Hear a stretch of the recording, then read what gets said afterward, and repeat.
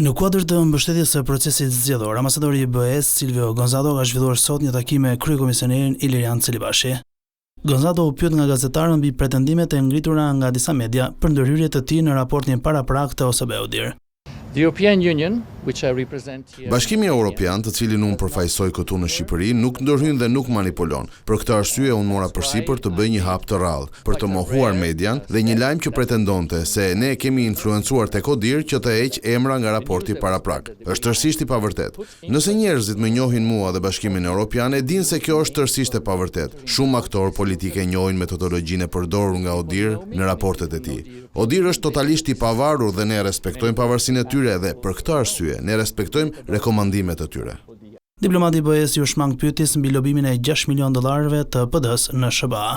No, I don't. Nuk bëj komente, do të pres autoritetet kompetente. Kryekomisioneri Ilirian Celibashi zbardhi detajet e takimit me dyrë të mbyllura me ambasadorin.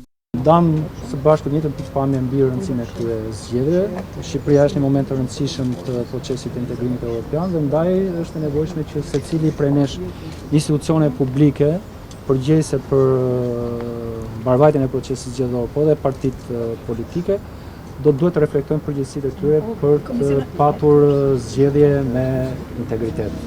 Por deri në çfarë date do të qëndrojë zarfi i votuesve në zyrat e diasporës për t'i dhënë mundësi të gjithë emigrantëve që ta tërheqin? Gjej rastin që të rikonfirmoj edhe një herë publikisht që DHL ka detyrimin që të mbajë në zyrat e saj zarfe të cilat nuk kanë mundur t'ja dorëzojë votuesi apo dhe votuesi nuk kanë mundur ta tërheqin deri në datën 8 maj.